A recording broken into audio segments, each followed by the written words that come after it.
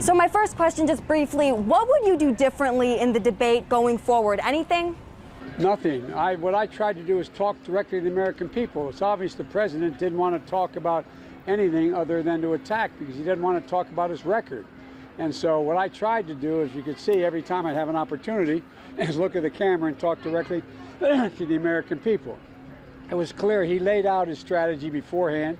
He said he was going to try to distract, he was going to attack, he was going to go after my family. He did. But that didn't benefit the American people in any way. It's not about my family or his, it's about your family. And that's what I tried to do.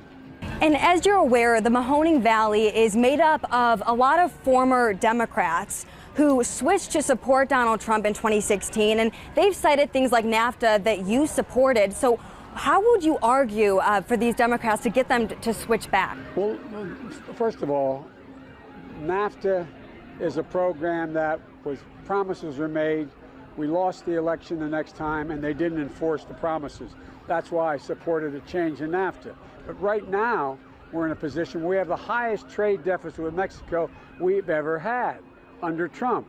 It's not about the deal per se itself, it's about how it's enforced. And he's just walking away in his trade deals. We have the highest goods deficit in goods in the history of the United States. We have a larger deficit with China now than we did before.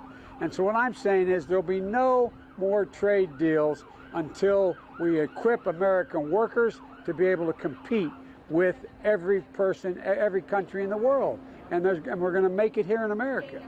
And I will say we hear from crossover voters all the time in the Valley, and they've been through it all in the last 40 years, from the mills closing down, population shrinkage, and just politicians making promises and not delivering. Their yards had Kerry signs, Obama signs, Clinton signs, but now those are the people who have Trump signs now.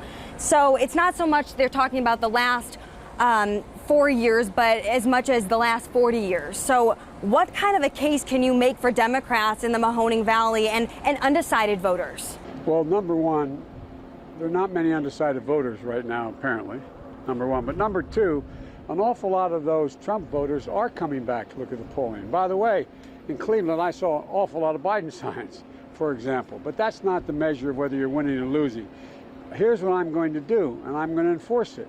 I am going to make sure that any government contract that's let out spending government money, and we spend about $600 billion a year, has to be made in America by a company that employs Americans. We are outsourcing more jobs now under Trump than we did before he came to office. That's what's happening now. And so that's what we're going to do.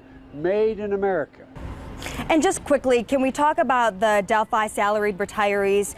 They've been fighting to have their pensions restored since they were reduced during the GM bankruptcy. Can you please touch on that as well? Yeah, I can. Look, I support the Butch-Lewis Act, but it doesn't cover the salaried employees, the non-union employees.